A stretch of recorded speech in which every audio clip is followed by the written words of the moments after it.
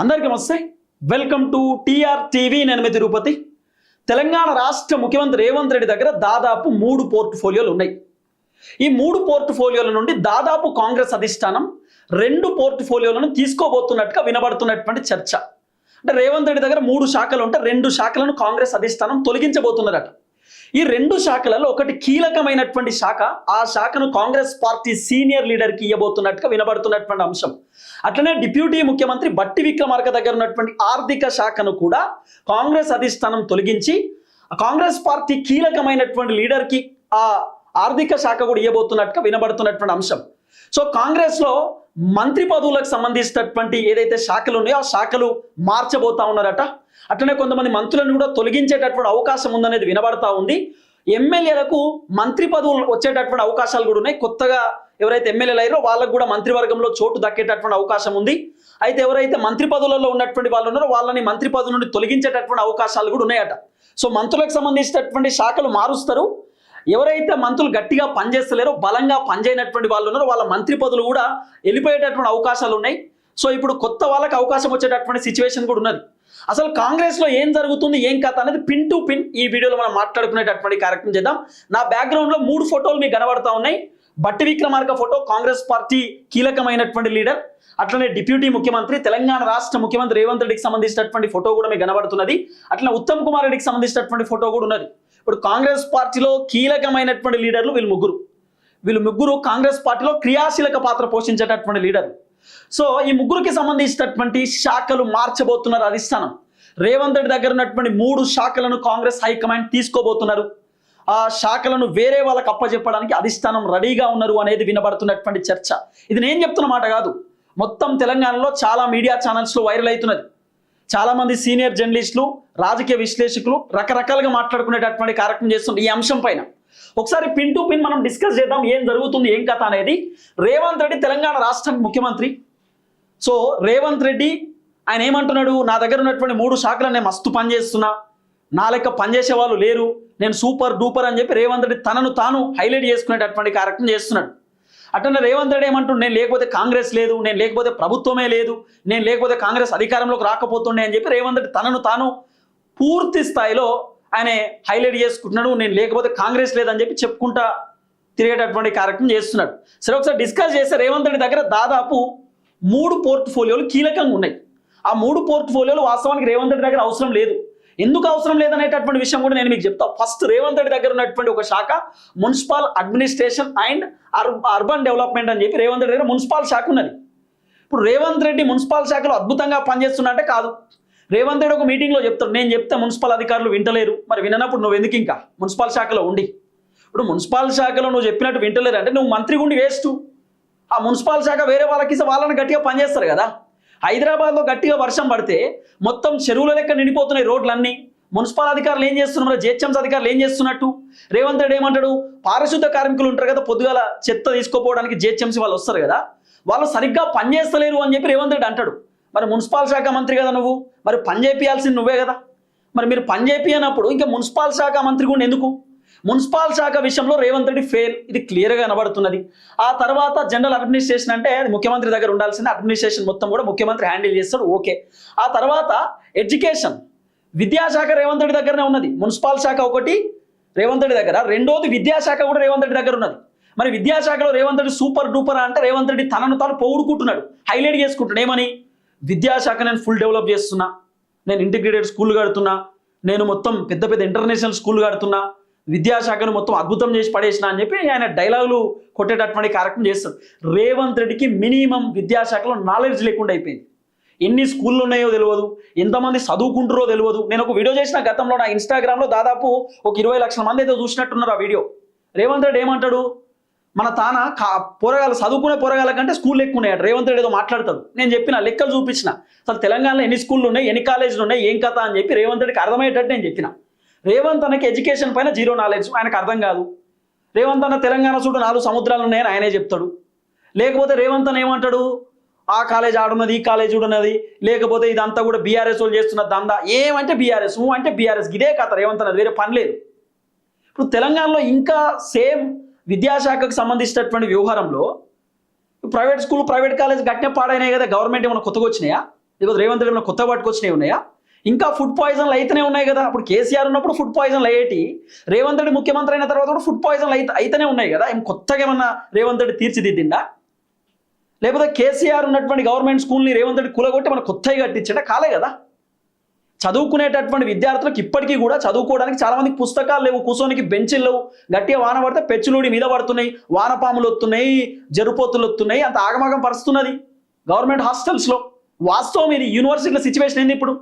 రేవంత్ రెడ్డి ఏమన్నా ఉస్మానియా యూనివర్సిటీకి 1000 కోట్లు ఇస్తా, 500 కోట్లు ఇస్తా డెవలప్మెంట్ కోసం. ఏడబైనాయి సార్, ఏడబైనాయి నీ డెవలప్మెంట్? నువ్వు విద్యాశాఖకి ఇప్పటిదాకా చేసింది ఏంది? నేను క్లియర్గా చెప్తున్నా, మీరు కావాలంటే కనుక్కోండి. గవర్నమెంట్ స్కూల్ ఓన్ బిల్డింగ్స్ లేవు గవర్నమెంట్కి. విద్యాశాఖ నేను చెప్తున్నా, రేవంత్ రెడ్డి గారిని అడుగుతా ఉన్నా. సరే కేసీఆర్ కంటే చేతగాలే, సబితా ఇంద్రారెడ్డి గట్టిగా పనిచేయలే అనుకుందాం, మరి రేవంత్ రెడ్డి విద్యాశాఖ మంత్రి కదా. మరి తెలంగాణ రాష్ట్రంలో గవర్నమెంట్ స్కూల్ ఓన్ బిల్డింగ్స్ లేవు. ఓన్ బిల్డింగ్స్ గవర్నమెంట్కి లేవు. ఇంకా ప్రైవేట్ బిల్డింగ్లోనే ఆ గవర్నమెంట్ స్కూల్ నడుస్తున్నాయి లీజుకు తీసుకొని. ముమ్మాటికి వాస్తవం. మరి ఒక్క గవర్నమెంట్ స్కూల్ ఓన్గా కట్టించుకుంటలేరు ఎందుకు? రేవంత్ రెడ్డి హెలికాప్టర్లో తిరగడానికి పైసలు ఉన్నాయి, మెస్సీతో ఫుట్బాల్ ఆడడానికి పైసలు ఉన్నాయి, గ్లోబల్ సమ్మిట్ అని చెప్పి ఏదో మీటింగ్లు పెట్టి 100 కోట్ల రూపాయలు ఖతం చేయడానికి పైసలు ఉన్నాయి మన తానా. ఇంకా నేను సాధారణ కుటుంబం, సామాన్య కుటుంబం, రేవంత్ రెడ్డి డైలాగులు కొడతాడు. వేసుకునే బూటు 2 లక్షల రూపాయలు, వేసుకునే చొక్కా 3 లక్షల రూపాయలు, ఇంకా నేను సామాన్య కుటుంబం, సాధారణ కుటుంబం, ఈ డైలాగ్ కొట్టడం ఎందుకండి? మళ్ళా 2030 ఎంత 37 38 ఆయన చెప్పింది 2034 దాకా నేనే ఉంటా, 31 దాకా నేనే ఉంటా, డైలాగులు కొట్టుడు. ఇక నువ్వు చేసిన 3 సంవత్సరాల ఘనత అని ఇంకా 2031 32 దాకా నుంచి ఉన్నదంతా కథం చేయడానికి ఎట్లా? హైదరాబాద్కి వచ్చి మొత్తం ఆగం చేసినావు హైదరాబాద్ అంతా. ఇంకా మీరు చేసింది ఏమున్నది? విద్యాశాఖలో మీరు చేసినటువంటి అద్భుతం ఏదో చెప్పండి ఒకసారి తెలంగాణ సమాజానికి. నర్సరీ నుండి ఇంటర్మీడియట్ సెకండ్ ఇయర్ దాకా మీరు తీసుకొచ్చింది ఇదేనా మీరు చేసింది? నర్సరీ నుండి ఇంటర్మీడియట్ సెకండ్ ఇయర్ దాకా ఒకటి స్కూల్లో చదువుకోవచ్చు, ఇబ్బంది లేదు. స్కూల్ అదే, కాలేజ్ అదే కదా మీరు చేసిన గొప్ప. ఏం చేసిరు? కొత్తగా మన స్కూల్ కట్టిరా, మెడికల్ కాలేజ్ పట్టుకొచ్చిరా, ఇంజనీరింగ్ కాలేజ్ కట్టిరా, ఏం పట్టుకొచ్చిరు మీరు? మీరు చేసింది ఏంది? కేసీఆర్ కట్టించినటువంటి సగం 100 పడకల దావకాలు ఏదైతే ఉంటాయో, కేసీఆర్ కట్టినటువంటి 50% కంప్లీట్ చేస్తే ఆ 50% మీరు కంప్లీట్ చేస్తారు. కొత్తగా కట్టినట్టు డైలాగులు కొట్టడం ఎందుకు? చాలా నియోజకవర్గాల్లో కేసీఆర్ స్టార్ట్ చేసాడు, శంకుస్థాపన చేసాడు, సగం కట్టించాడు. ఏది దావకాన్లు అవి ఇప్పుడు రేవంత్ రెడ్డి కడుతున్నాడు. అంత సింపుల్. ఎవరు అధికారంలోకి వచ్చినా కట్టాల్సిందే, వేరే ఆప్షన్ లేదు కదా. ఏం కొత్తగా చేయాల్సింది ఏమున్నది దాంట్లో? రోడ్లు వేసినావా, సీసీ రోడ్లు వేసినావా, ఏం చేసినావు? ఇప్పటికీ ఇంకా ఊర్లో చాలా మంది జనాలు అడుగుతున్నారు మా స్కూల్ ఏమైందని చెప్పి. మరమ్మతులు కూడా చేయించలేదు, అట్లీస్ట్ బాగు చేయించలేదు అని చెప్పి చాలా మంది జనాలు అడుగుతున్నారు. మనకు అవన్నీ అవసరం లేదు. మనం పోయి ఆ బీజేపీ వాళ్ళది ఉంటుంది, ఆయన ఎమ్మెల్యే, నాకు పేరు వద్దు చెప్పుడు కానీ, భారతీయ జనతా పార్టీ ఎమ్మెల్యేలకు సంబంధించిన ప్రైవేట్ స్కూళ్ళు, ప్రైవేట్ కాలేజీల ఓపెనింగ్కి ఎవరు పోతున్నారు? ముఖ్యమంత్రి పోతలేడా? ప్రైవేట్ దావకాన్ల ఓపెనింగ్కి రేవంత్ రెడ్డి పోతలేడా? మన తాన గవర్నమెంట్ కాలేజీలు, గవర్నమెంట్ స్కూళ్ళు, గవర్నమెంట్ దావకాన్లు పట్టించుకునేటటువంటి సోయి తెలివి లేదు. కానీ మనం ప్రైవేట్ ఓపెనింగ్కి పోవాలా? మెడికవర్ ఎవరిది? మెడికవర్ దావకాన ఎవరిది? రేవంత్ రెడ్డి ఏం చేస్తుండు? Government hospital, government school opening చేయాలా ముఖ్యమంత్రి. కానీ ఎడిగిపోతుండ అన్న పెళ్లిలకు, పేరెంటాలకు, ప్రైవేట్ దావకాన్లకు, ప్రైవేట్ స్కూళ్ళకు రేవంత్ రెడ్డి పోతలేడా? ఇంకేం నేను సూపర్ అంటుండు, సూపర్ డూపర్. కావాలంటే నా దగ్గర ఉన్న విద్యాశాఖ నేను వేరే టోళ్ళకి ఇచ్చేస్తాను, నువ్వు ఇయ్యకు, వాళ్ళే తీసుకుంటారు. నేను ఎవడు అడుగుతలేడు. మీరేం కాంగ్రెస్ పార్టీకి ఓనర్ కాదు, రేవంత్ రెడ్డి కాంగ్రెస్ పార్టీకి ఓనర్ కాదు, ఎంప్లాయ్. కాంగ్రెస్ హైకమాండ్ రేవంత్ రెడ్డిని మీరు ముఖ్యమంత్రి ఉండండి అని చెప్పి ఒక పదవి ఇచ్చారు, అంతే. ఒక పోస్ట్ ఇచ్చారు, రేవంత్ రెడ్డి ఉండాలి. హైకమాండ్ నుండి లెటర్ వస్తే రేవంత్ రెడ్డి దిగిపోవాలి, అంతే. అంతకు మించి ఏముండదు, సింపుల్. ఇప్పుడు ఈ పోర్ట్ఫోలియోలో రేవంత్ రెడ్డి దగ్గర పెట్టుకుంటే ఏమొస్తుంది? రేవంత్ రెడ్డికి, ప్రజలకు ఏమొస్తుంది? రేవంత్ రెడ్డి సీఎం, ఆయన పొద్దుగా లేస్తే ఆయన పని ఆయనకే ఉంటుంది, ఆయనకి ఇవన్నీ పనిచేస్తాడు పోర్ట్ఫోలియోలు ఆయన దగ్గర పెట్టుకొని. ఎందుకనేది కూడా నేను చెప్తా. ఆ తర్వాత ఏంది? Land order. Revanth Reddy home minister, home ministry కూడా రేవంత్ రెడ్డి దగ్గర ఉన్నది. అంటే పోలీసులను హ్యాండిల్ చేసేటటువంటి మంత్రి కూడా రేవంత్ రెడ్డి. మొత్తం ల్యాండ్ ఆర్డర్ హైదరాబాద్ ఎట్లున్నది? దాటితే పరిస్థితి ఏంది? రేవంత్ రెడ్డి ముఖ్యమంత్రి అయిన తర్వాత ఎంతమంది మహిళల పైన అగత్యాలు జరిగినాయి? ఎన్ని సిచ్యువేషన్స్ మనం చూసినాం. మరి రేవంత్ రెడ్డి ఏం కంట్రోల్ చేస్తున్నాడు?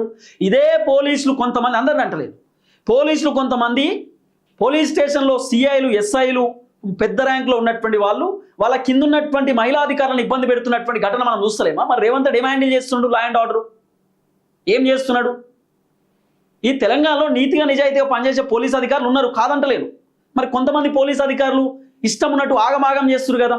కంప్లైంట్ ఇయ్యనీకి వచ్చినటువంటి మహిళల వాళ్ళని ఇబ్బంది పెట్టి బ్లాక్మెయిల్ చేసి పైసలు తీసుకొని వాళ్ళ వీడియోలు తీసుకుంటూ ఇబ్బంది పెడుతున్నటువంటి వాళ్ళు కూడా ఉన్నారు కదా. మరి రేవంత్ రెడ్డి ఏం చేస్తుండు వాళ్ళను? ల్యాండ్ ఆర్డర్ ఎడిపోతుంది, ఏడమైంది ల్యాండ్ ఆర్డరు. మరి రేవంత్ రెడ్డి మంత్రి కదా ఏం చేస్తున్నాడు? అన్ని ఫెయిల్. ఇప్పుడు సింపుల్ మీకు చెప్తా, ఇప్పుడు ఈ మున్సిపల్ అడ్మినిస్ట్రేషన్ ఉన్నదబ్బా, ఎవరికైనా ఏమైనా ఇబ్బంది ఉంటుంది. ఇప్పుడు మా సల్మాన్ అన్నకు నాకు ఏదైనా ప్రాబ్లం ఉందనుకో, నేను మున్సిపల్ మంత్రిని కలవాలి పోయి. ఇప్పుడు రేవంత్ రెడ్డి మున్సిపల్ శాఖ మంత్రి, రేవంత్ రెడ్డిని డైరెక్ట్ మేము కలిసేటటువంటి యాక్సెస్ ఉంటుందా? మాకు కలుస్తాడా? 50 గేట్లు దాటాలి ఆయన కలవాలంటే, ప్రోటోకాలు కథ ఇవన్నీ ఉంటాయి. కలిసే అవకాశం ఉంటుంది? ఉండదు కదా. అదే ఒక మంత్రి ఉంటే టక్కున పోయి కలుస్తాం, పేపర్ ఇస్తాం, సార్ ఇయో ఇది సార్ మా బాధ, ఇది మా ఇబ్బంది అని చెప్పి డైరెక్ట్ మాట్లాడతాం. మరి రేవంత్ రెడ్డిని కలుస్తామా? కలవలేము. ఇప్పుడు ఇంకేంటి హోము, ఓ సిఐఎస్ఐ ఇబ్బంది పెట్టిండు అనుకో, ఓ సిఐ ఇబ్బంది పెడితే పై అధికారికి చెప్తాం, పై అధికారి పట్టించుకోలేదు, ఎమ్మెల్యేకి చెప్తాం పట్టించుకోలేదు. అప్పుడు మేము ఏడికి పోవాలి? సదరు మంత్రికి అడిగి పోవాలి, హోమ్ మినిస్టర్కి అడిగి పోవాలి. హోమ్ మినిస్టర్ ఎవరు? మన తానా రేవంత్ అన్న. మరి రేవంత్ అన్నను పోయి కలుస్తాం మనం? కలిసే అవకాశం ఉందా? లేదు. రేవంత్ అన్న ఎమ్మెల్యేలనే కలిసే పరిస్థితి లేదు, మంత్రులను కలిసే పరిస్థితి లేదు, ఇక మనల్ని కలుస్తాడు ఆయన. మరి అన్ని శాఖలు మన దగ్గర పెట్టుకొని మరి జనాలు ఏడికెళ్ళొచ్చి కలుస్తారు? ఏమైనా పని ఉంటే మంత్రితోటి? రేవంత్ రెడ్డి ఎన్ని శాఖలను హ్యాండిల్ చేస్తాడు? ఎంతమంది నన్ను కలుస్తాడు? మున్సిపల్ శాఖలో కొంతమందికి పని ఉంటుంది మంత్రితోటి, హోంశాఖలో కొంతమందికి పని ఉంటుంది, ఎడ్యుకేషన్లో కొంతమందికి పని ఉంటుంది. రేవంత్ రెడ్డిని పోయి కలుస్తారా? కలిసే అవకాశం ఉంటుందా? మరి ఎవరు చేయాలి పని? అందుకే రేవంత్ రెడ్డి దగ్గర ఉన్నటువంటి శాఖలను హైకమాండ్ తొలగిద్దామని ఆలోచనలో ఉన్నారు. మంత్రులు కూడా రేవంత్ రెడ్డి పైన కంప్లైంట్ ఇచ్చినాడు, ఇన్ని శాఖలు అవసరం లేదని చెప్పి. రేవంత్ రెడ్డి ఏమంటున్నాడు? నాకు ఒక శాఖ కావాలి, నా దగ్గరనే ఉండాలి, నేను ఇయ్యను. ఏ శాఖ నీకు కావాలంటే హోంశాఖ కావాలంటున్నాడు. ఎందుకు నీకు హోంశాఖ అంటే, మరి నేను మొత్తం హ్యాండిల్ చేయాలా, నేను ఎట్లా చెప్తా అట్లా పోలీసులు వినాలా, నా కంట్రోల్లో ఉండాలా. ఇప్పుడు ముఖ్యమంత్రి తర్వాత కీలకమైన శాఖ అంటే అది హోమే, అది 100%. మీరు అవునన్నా కాదన్న హోంశాఖనే. చాలామంది డిప్యూటీ ముఖ్యమంత్రిని ఏమన్నా లెక్కలో పెట్టుకుంటారో తెలియదు కానీ హోంశాఖను లెక్కలో పెట్టుకుంటారు. ఎందుకంటే పోలీసులు మొత్తం హోం మంత్రి కంట్రోల్లో ఉంటారు అనేటటువంటి ఒక అంశం ఉంటుంది. ఇప్పుడు రేవంత్ రెడ్డి ఏమంటుండు? హోంశాఖ నాకే కావాలి అంటే అర్థమైంది. అందుకే హైకమాండ్ ఫస్ట్ చేసే పని ఏందట అంటే హోంశాఖను తొలగించబోతున్నారట. రేవంత్ రెడ్డి దగ్గర ఉన్నటువంటి హోమ్ మినిస్ట్రీ ఏదైతుందో హోంశాఖను తీసేసి ఉత్తమ్ కుమార్ రెడ్డికి హోంశాఖ ఇవ్వబోతున్నట్టుగా వినబడుతున్న చర్చ. ఎట్లా జరుగుతుందో మీకు చెప్తా. రేవంత్ అన్న దగ్గర మున్సిపాల్ ఉన్నది, ఈ మున్సిపల్ శాఖ రాజగోపాల్ రెడ్డికి వచ్చే అవకాశం ఉన్నది వాస్తవానికి చెప్పాలంటే. ఆయన ఇప్పుడు ఆల్రెడీ ఢిల్లీలో ఉన్నాడు, ఏదో మంతనాలు జరుపుతున్నాడట, మాట్లాడుతున్నాడట. సో రాజగోపాల్ రెడ్డికి మున్సిపల్ వచ్చే అవకాశం ఉంటుంది. ఇన్ కేసు రాజగోపాల్ రెడ్డికి రాకపోతే మన బీసీ బిడ్డ పిసిసి అధ్యక్షుడు మహేష్ కుమార్ గౌడ్కి ఈ మున్సిపల్ శాఖ వచ్చే అవకాశం కూడా ఉంది. ఎందుకంటే మహేష్ కుమార్ గౌడ్ ఆయన ఎమ్మెల్సీ పదవిలో ఉన్నాడు, ఆయనని క్యాబినెట్లోకి తీసుకొని మహేష్ కుమార్ గౌడ్కి డిప్యూటీ సీఎం పదవి ఇద్దామనేటటువంటి ఆలోచనలో కాంగ్రెస్ హైకమాండ్ ఉన్నారు అనేది వినబడుతున్నటువంటి అంశం. ఎందుకంటే దాదాపు 3 years దళిత బిడ్డ డిప్యూటీ ముఖ్యమంత్రి పదవిలో ఉన్నాడు కాబట్టి బీసీలకు కూడా పెద్దపీట వేయాలనేటటువంటి ఆలోచనతోటి, బీసీలకు కూడా అవకాశం కల్పించాలనేటటువంటి ఆలోచనతోటి కాంగ్రెస్ అధిష్టానం బీసీ బిడ్డ మహేష్ అన్నకు డిప్యూటీ సీఎం పదవి ఇచ్చేటటువంటి ఆలోచనలో ఉన్నారట. మరి మహేష్ అన్న కూడా ఒక కీలకమైనటువంటి శాఖ రావచ్చు. రేవంత్ రెడ్డి దగ్గర ఎడ్యుకేషన్ ఉండే అవకాశం ఉంది, విద్యాశాఖ రేవంత్ రెడ్డి దగ్గరనే పెట్టుకుంటాడు. ఎందుకంటే రేపటి రోజు ఎలక్షన్స్ వస్తాయి చెప్తాడు కదా అన్న, మొత్తం నేనే చేసిన, ఎడ్యుకేషన్ సూపర్ చేసిన, అద్భుతంగా ఉంటుంది అని చెప్పి రేపు డైలాగులు కొడతాడు. కాబట్టి ఎడ్యుకేషన్ ఆయన దగ్గరనే పెట్టుకుంటాడు. హోంశాఖ ఉత్తమ్ కుమార్ రెడ్డికి రాబోతుందట, మున్సిపల్ వేరే వాళ్ళకి ఇవ్వబోతున్నారు హైకమాండ్. సో రేవంత్ రెడ్డి దగ్గర కేవలం విద్యాశాఖ మాత్రమే మిగులుతుంది. ఆ తర్వాత బట్టి విక్రమార్క దగ్గర ఉన్నటువంటి ఫైనాన్స్, ఈ ఏదైతే ఆర్థిక శాఖ కూడా మన బట్టన్న దగ్గర ఉన్నటువంటి ఆర్థిక శాఖకు సంబంధించినటువంటి ఆ శాఖని కూడా ఉత్తమ్ కుమార్ రెడ్డికి రాబోతున్నట్టుగా వినబడుతున్నటువంటి చర్చ. ఉత్తమ్ కుమార్ రెడ్డికి 2 కీలకమైనటువంటి శాఖలు, ఒకటి హోంశాఖ, రెండోది ఆర్థిక శాఖ. ఈ 2 ఉత్తమ్ కుమార్ రెడ్డికి దక్కబోతున్నట్టుగా కొంత వినబడుతున్నటువంటి అంశం. ఎందుకంటే ఉత్తమ్ కుమార్ రెడ్డి ఇన్ని రోజులు సైలెన్స్ ఉండడానికి కారణం ఇదే కావచ్చు మరి బహుశా. మన హైడ్రా గురించి ఢిల్లీలో అడిగినప్పుడు కూడా నాకేం తెలియదు, మొత్తం రేవంత్ రెడ్డికి తెలుసు, నన్ను అడగకూడదని చెప్పిండు. మరి దీంట్లో ఏదో మతలాభం కనబడుతున్నది, ఏదో జరగబోతుంది అనేది మాత్రం అర్థమవుతుంది కథ. సో ఉత్తమ్ కుమార్ రెడ్డి ఇన్ని రోజులు ఆయన కొంత సైలెన్స్ ఉన్నాడు కాబట్టి ఇప్పుడు హైకమాండ్ ఎక్కువ బాధ్యతలు ఇద్దామనే ఆలోచనలో ఉన్నారు. ఎందుకంటే ఉత్తమ్ కుమార్ రెడ్డి వెరీ నాలెడ్జ్ ఉంటుంది, బాగా నాలెడ్జ్ ఉంటుంది ఆయనకు. సో కీలకమైనటువంటి అంశాలను కూడా ఆయన సార్ట్అవుట్ చేసేటటువంటి వ్యక్తి. సో ఉత్తమ్ కుమార్ రెడ్డికి ఆర్థిక శాఖ అట్లనే హోంశాఖ 2 కూడా అప్పజెప్పబోతున్నారు. ఎందుకంటే బట్టి విక్రమార్క పైన రకరకాల ఆరోపణలు వచ్చినాయి. బట్టన్న పర్సెంటేజ్ తీసుకుంటుండని, బట్టన్న అట్లా చేస్తుండ ఇట్లా చేస్తున్న రకరకాల ఆరోపణలు వచ్చిన నేపథ్యంలో ఆర్థిక శాఖను ఎవరికి ఉత్తమన్నకి ఇవ్వబోతున్నారట. ఉత్తమన్న దగ్గర ఉన్నటువంటి దాదాపు ఏదైతే ఇరిగేషన్ అట్లనే command area development, food and civil supplies, ఈ 2 శాఖలు ఏదైతే ఉన్నాయో ఈ 2 శాఖలు ఉత్తమ్ కుమార్ రెడ్డి దగ్గర నుండి తీసేసి ఒకటి ఇరిగేషన్ ఉండు, సివిల్ సప్లై, ఈ 2 బట్టి విక్రమార్కకి ఇచ్చేటటువంటి ఆలోచన అంటే షిఫ్టింగ్ చేసే ఆలోచనలో ఉన్నారట. అంటే ఉత్తమ్ కుమార్ రెడ్డికి సంబంధించినటువంటి శాఖను తీసేసి బట్టన్నకి ఇస్తారు.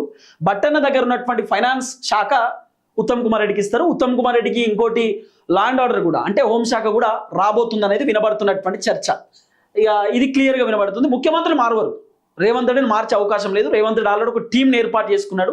రేవంత్ రెడ్డిని మార్చేటటువంటి దమ్ము హైకమాండ్కి లేదు, ఇక్కడ మంత్రులకు కూడా లేదు. ఆయన ఆల్రెడీ ఏం చేయాలో అవన్నీ చేసుకున్నాడు. ఆ తర్వాత పొన్నం ప్రభాకర్కి సంబంధించినటువంటి శాఖను ఏమన్నా మార్చే అవకాశం ఉందా అంటే లేదు. పొన్నం ప్రభాకర్ ఆల్రెడీ ఆయన ట్రాన్స్పోర్ట్ కీలకంగా పనిచేస్తున్నాడు.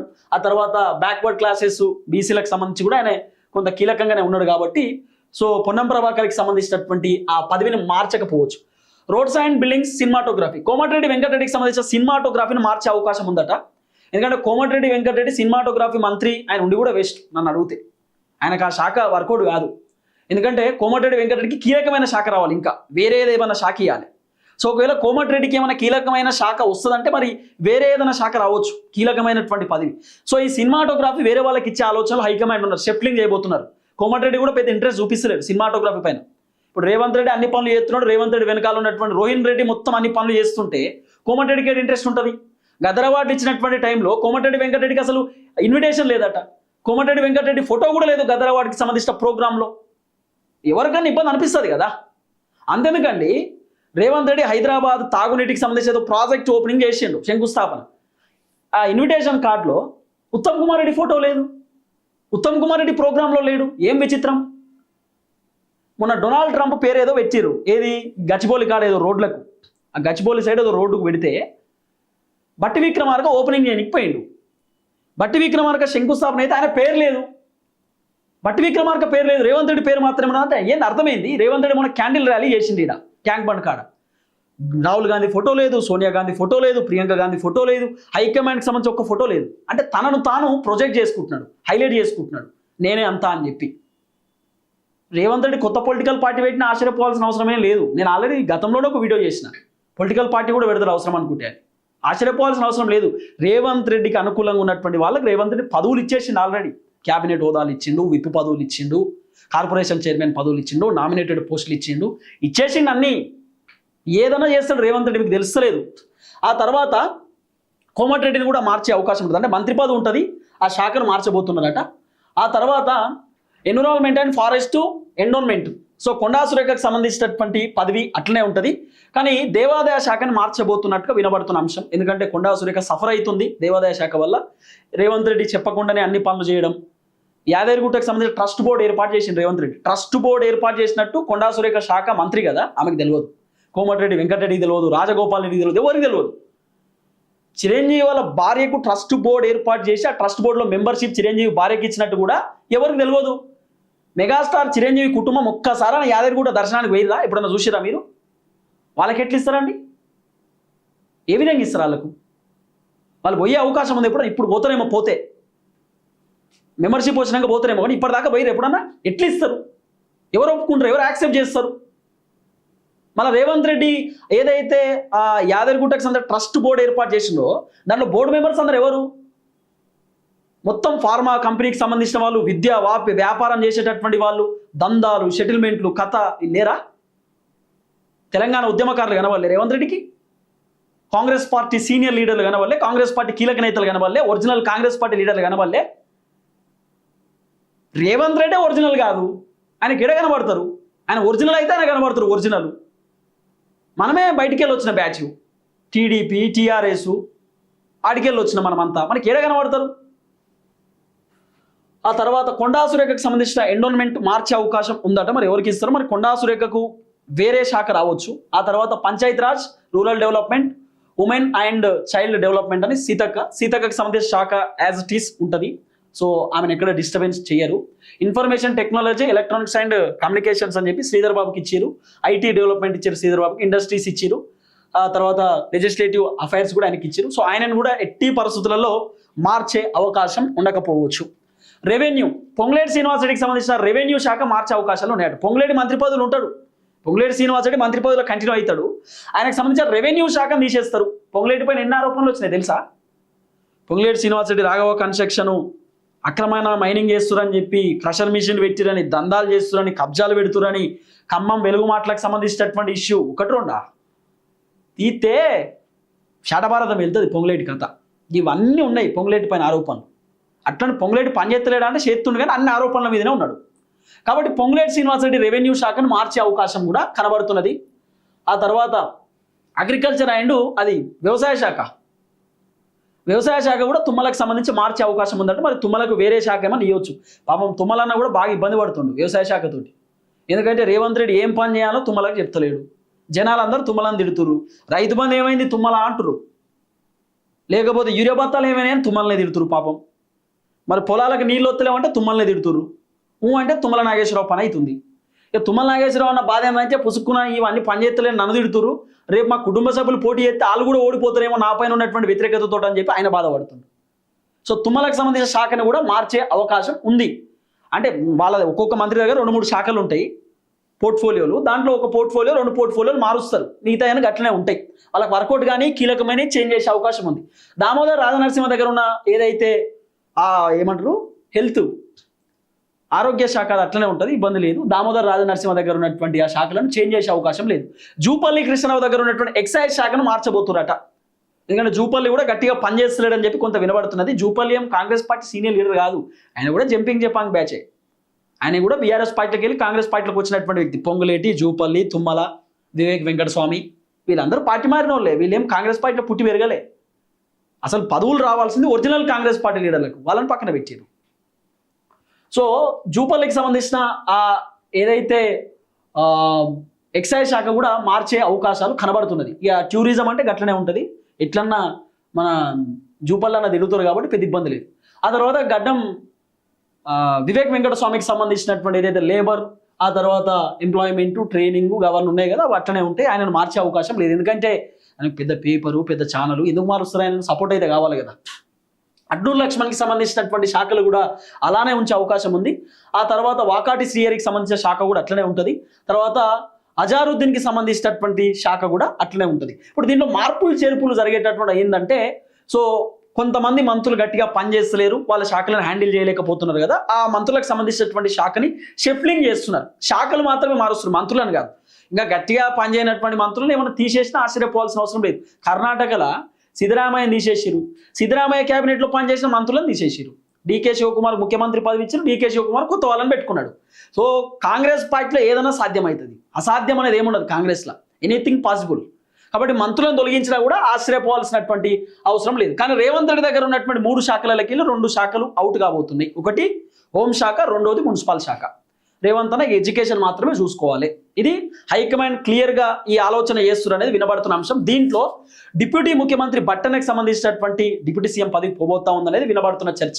ఎందుకంటే 3 years దళిత బిడ్డకు అవకాశం ఇచ్చినాం, మిగతా 2 సంవత్సరాలు ఒక బీసీలకు కూడా అవకాశం ఇవ్వాలనే ఆలోచనతోటి పిసిసి అధ్యక్షుడు మహేష్ కుమార్ గౌడ్కి ఎమ్మెల్సీ పదవి ఉంది కాబట్టి క్యాబినెట్లోకి తీసుకొని ఆయనకు ఒక మంత్రి పదవి ఇచ్చి ఆయనకు ఒక శాఖ అప్పచెప్పి ఆయనను డిప్యూటీ సీఎం పదవిలోకి తీసుకుందామనే ఆలోచనలో ఉన్నారు. సో బట్టన్నకు సేమ్ ఇరిగేషన్ లేదా సివిల్ సప్లై ఇట్లా కీలకమైనటువంటి శాఖలు బట్టన్నకు కూడా అప్పచెప్పేటటువంటి ఆలోచనలో ఉన్నారు. ఇంకా పిసిసి పదవి, మరి పిసిసి పదవి ఎవరికి వస్తుంది అనేది క్వశ్చన్ మార్క్. ఇప్పుడు జగ్గారెడ్డి పోటీ పడుతున్నాడు పిసిసి పదవి కోసం.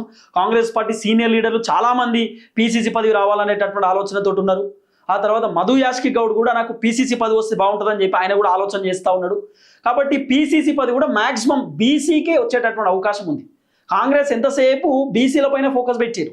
ఇప్పుడు ఈ మధ్యకాలంలో విప్ పదవులు కూడా ఎస్సీలకు ఇచ్చారు, విప్ పదవులు బీసీలకు కూడా ఇచ్చారు. శరీర సమానం చూస్తున్నారు, ఎందుకంటే రాబోతున్న ఎన్నికల్లో ఇబ్బంది అవుతుంది కదా. ఇప్పుడు తీన్మార్ మల్లన్న పొద్దుగాల అయితే బీసీ నినాదం ఎత్తుకుంటున్నాడు కాబట్టి బీసీలకు సంబంధించినటువంటి ఇష్యూ పెద్దగానే అయ్యేటట్టు ఉందని చెప్పి కొంత ఆలోచన చేస్తున్నారు కాంగ్రెస్ అధిష్టానం కూడా. సో దాదాపు 3 రోజుల పాటు హైకమాండ్ చర్చలు జరిపారు, మంత్రులతోటి ముఖ్యమంత్రితో మాట్లాడారు. చాలా కీలకమైనటువంటి విషయాలు జరిగినాయి. రేవంత్ రెడ్డి పైన మీనాక్షి నటరాజన్ ఫీడ్బ్యాక్ పేపర్లు తీసుకున్నారు, ఎమ్మెల్యేలు ఫీడ్బ్యాక్ ఇచ్చారు. రేవంత్ రెడ్డి పరిపాలన ఎట్లుంది, ఏం కథ, రేవంత్ రెడ్డి వ్యవహారం ఏందనేది మొత్తం ఎమ్మెల్యేలు కూడా చెప్పారు. సో ఇవన్నీ చూసిన తర్వాతనే మంత్రులకు సంబంధించినటువంటి శాఖలు మార్చే అవకాశం ఉంది. మంత్రులకు సంబంధించిన పదవులు మార్చినా కూడా ఆశ్చర్యపోవాల్సినటువంటి అవసరం లేదు.